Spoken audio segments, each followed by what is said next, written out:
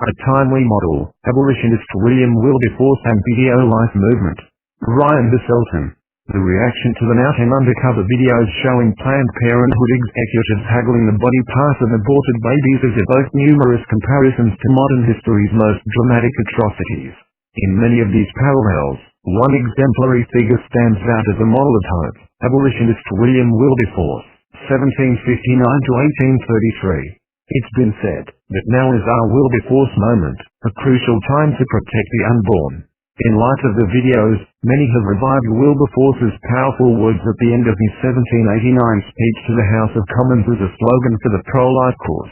You may choose to look the other way, but you can never again say you did not know. But who was William Wilberforce, and what does his role in the abolitionist movement have to do with the pro-life movement today? From frivolous comfort to active sacrifice, born in 1759 to a wealthy family in Hull, England, Wilberforce would become one of the most influential members of British Parliament in his time. In his youth, he frittered his energy on luxury and partying with social elites. But when he was 25 he experienced what he called a great change. Through the witness of his friend Isaac Miller, Wilberforce became convicted for wasting his money and time on empty pursuits, embraced the gospel in faith, and committed his life to sacrificial service for Christ. And with a new love for God and neighbor, Wilberforce devoted himself to the abolition of the slave trade. Wilberforce faced a tremendously difficult task, however. Although the slave trade appears so obviously evil in hindsight, those who supported it at the time, like those who perpetrated the Holocaust, used complex scientific arguments to dehumanize slaves along with a nuanced rhetoric of modernization, to make their evil deeds appear right. Opponents also argued it would cripple England's economy and international standing by limiting its commerce, and allowing rival countries, like France, to gain dominance by picking up the slack. Many today protest against Christians drawing comparisons between abortion and the slave trade or the Holocaust, dismissing it as manipulative rhetoric.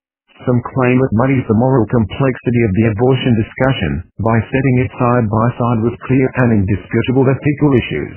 Although the analogy falls short in certain important ways. http://headerspellcoalition.org rg/blog/submission9/2010/11/04/ Yes, how do you compare abortion to slavery? Dismissing it altogether rests on an overly simplistic reading of history. The discussions over the morality of the slave trade and the extermination of Jews were anything but unequivocal at the time. Nevertheless, Wilberforce recognized the importance of declaring truth and righteousness with clarity in the face of deceptive evil. His most powerful argument against the slave trade was that these men and women are created in the image of God, and therefore they no less equal no matter what dirty financial profit slavery brings. With the courage of Wilberforce, we declare the same today on behalf of unborn children. A model of Christian courage in the face of moral evil, Wilberforce's contribution to the abolition of slavery provides at least 3 important lessons for the pro-life cause today. 1. Faithfulness in our circumstances. At first, Wilberforce found it difficult to reconcile his faith with his role as a politician. He even wondered if he should be involved in public life at all. However, thanks to the encouragement of his friend John Newton, the slave trader turned pastor who wrote the song Amazing Grace, Wilberforce found a new purpose in his political role. Newton urged him to stay put and serve God in the position he was in, and this advice made a world of difference. Many of us also question whether our circumstances are best for achieving great things for the kingdom. We doubt whether we can really make a difference to the pro-life cause without any position of cultural influence. Like Wilberforce, we must embrace that God has placed us exactly where we are in order to serve Him there. We too should take Newton's advice, thinking carefully about how we can make a difference in the relationships, neighborhood, and calling God has already given us. And pastors today should imitate Newton by helping their people think through what discipleship to Christ looks like and their current station. 2. Tactical activism. Wilberforce recognized that activism without tact was ineffective and represented poor stewardship. Tactlessness wastes the talents God gives us to advance His kingdom. Thus Wilberforce not only learned the rules of savvy politics, he mastered them. He realized the importance of persuasive communication, not only through telling horrific accounts of the slave trade, but also through showing them to the public. He joined forces with other gifted individuals to form the Clapham sect. http://www.c/on-and-culture.c/Clapham spirituality, a model for contemporary evangelicals / in order to strengthen the cause. We ought to apply the same level of creativity and tact in advancing the pro-life cause today. In Pity Support Africans, 1788, William Cowper, a poet, writer, and friend of Wilbeforce, illustrates how one doesn't have to be in politics to use his or her gifts for trueness for a cause. I am shocked at the purchase of slaves, and see those who buy them and sell them inmates. What I hear of their hardships, their tortures, and groans is almost enough to draw pity from stones. I pity them greatly, but I must be mum, for how could we do without sugar and rum? Especially sugar, so needful we see. What, give up our desserts, our coffee, and tea? Besides, if we do, the French, Dutch, and Danes will heartily thank us, no doubt, for our pains. If we do not buy the poor creatures, they will, and tortures and groans will be multiplied still. With masterful rhythm and irony, Cowper exposes the shallow smoke that screams behind ordinary thinking about slavery.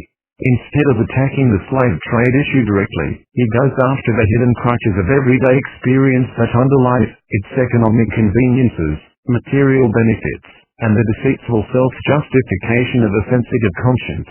Pro-lifers must learn to do the same. Rather than picketing and shouting at women, let's channel that energy into more thoughtful techniques of communication that more effectively unmask the evil behind abortion. Let's identify and address the deeper cultural roots, beliefs, and everyday experiences that inform how pro-choice proponents think about family, career, personhood, and the body. 3. Perseverance. Although the pro-life movement still has much room for growth, there are many who have employed astute tactfulness like Wilberforce. This is where Wilberforce's model of perseverance is crucial.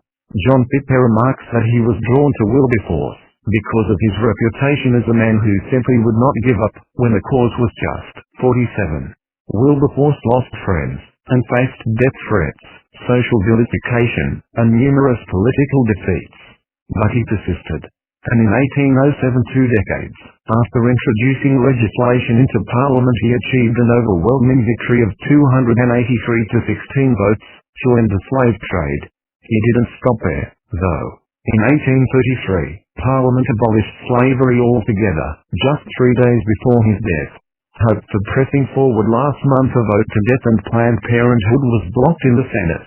Looking to Wilberforce's example of perseverance, we know this defeat will not stop a just cause. Pro-lifers have hard work ahead of us, and Wilberforce's model of moral courage, tact, endurance, and devotion to serving Christ gives us motivation and hope to pressing forward. Ryan Hesselton is pursuing doctoral studies at Heidelberg University in Germany. He and his wife, Jacqueline, have one daughter, Madrid. You can follow him on Twitter at @RyanHOSELTON.